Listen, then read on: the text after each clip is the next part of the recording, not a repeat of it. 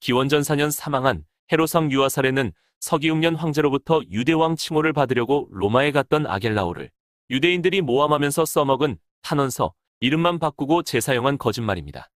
무역선단을 운영하면서 자수성가한 헤롯이 거느린 용병 3천은 전투부대가 아니었습니다.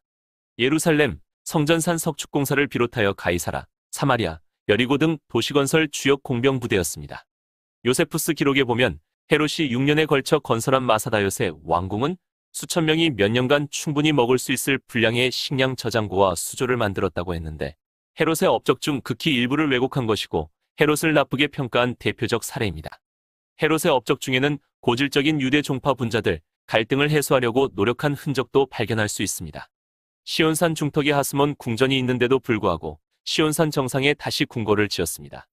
회당이 없었던 바리새인들은 시온산 정상에 모여 함성을 지르면서 자신들의 존재감을 과시하면서 위화감을 조성했습니다. 거기에 궁궐을 짓고 한 동을 바리새인들에게 주었습니다. 가까이 두고 감시하기 위해서였습니다.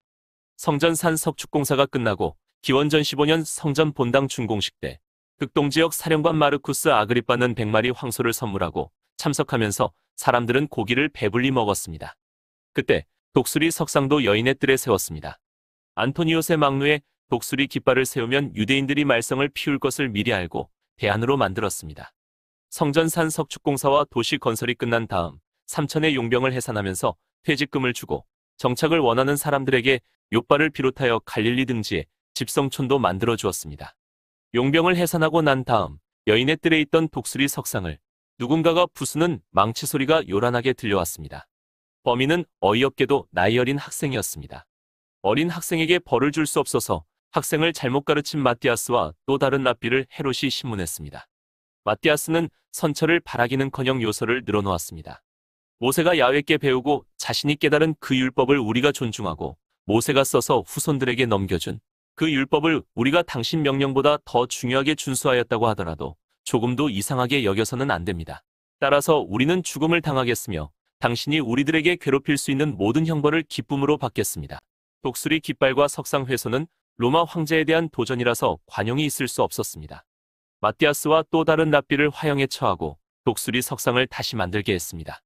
대제사장과 사제들이 마띠아스와 유사한 사건이 또 다시 발생할 수 있다면서 대안을 제시했습니다. 황제의 만수무강을 기원하는 제사를 번제단에서 조석으로 행하면 백성의 빈축을 사지 않을 것이니 누이 좋고 매부 좋다는 식으로 말했습니다. 시온산 중턱 하스모니아 궁궐에서 번제단이 건너다 보이니까 감시하기도 좋다는 말까지 했습니다. 헤롯이 그 제안을 받아들이면서 황제의 만수무강을 기원하는 제사를 계속하다가 서기 66년 10월 젤로 땅이 중단시켰습니다. 랍비 마띠아스가 화형당한 이후 바리새인들은 노골적으로 헤롯에게 적대 감정을 드러냈습니다. 사사건건 시비를 달면서 헤롯을 이빨 빠진 호랑이 취급하면서 고성이 끊이지 않았습니다. 바리새인들과 더 이상 함께 살 수 없게 된 헤롯은 여리고 별장으로 거처를 옮기고 외지에 나간 장남을 불렀습니다. 차남과 삼남은 이미 병사했고 장남은 해상무역 관계로 외지에 나가 있었습니다. 장남이 오다가 생사가 묘연한 가운데 근거 없는 소문이 나돌았습니다. 의심이 많은 헤롯이 아들을 죽이고 천벌을 받아 곧 죽게 될 것이다. 그런 줄도 모르고 아들이 오기를 기다리다가 헤롯은 기원전 4년 3월 76세에 숨을 거두었습니다. 헤롯의 사망 소식을 듣고 시리아 총독 구레뇨가 달려와서 장례를 치르게 하고 영토를 헤롯의 어린 아들들에게 나누어 주었습니다. 19세였던 아겔라오에게는 예루살렘과 이두메 그리고 사마리아 지역을, 16세였던 안티바에게는 베레아와 갈릴리 지역을, 빌립에게는 드라고닉과 갈릴리 북동쪽 지역을 주었습니다. 이것은 토지 상속이었습니다. 어느 누구에게도 분봉왕 따위 특권은 주지 않았습니다. 세 사람은 인두세를 받는 세금 청부업자였기 때문에 인구조사를 했습니다. 누가복음 2장에 아우구스투스 황제가 영을 내려 천하로 다 호적하라 하였으니 구레뇨가 시리아 총독일 때 첫 번째 한 것이라는 기록이 있습니다. 남편이 죽고 상속을 받지 못한 헤롯의 며느리 베레니케가 11살이었던 헤로디아와 6살 아들을 데리고 로마의 안토니아를 찾아가서 가사도우미를 자청했습니다. 클라우디우스 모친 안토니아는 남편 드루수스 사망 이후 첼리오 언덕 본가에서 로마의 유학 온 동방의 왕자와 귀족 자녀들 교육과 숙식을 책임지고 있었습니다. 베레니케는 아들 이름을 헤롯 아그리빠라고 했습니다.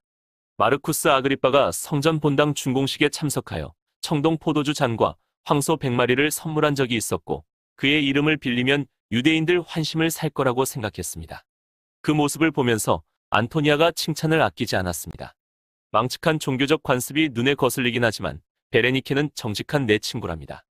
최고의 살림꾼이죠. 망측한 종교적 관습이라는 표현에도 불구하고 베레니케는 아들이 장성하면 유대왕 윤호를 받게 하려고 더욱 유난을 떨었습니다.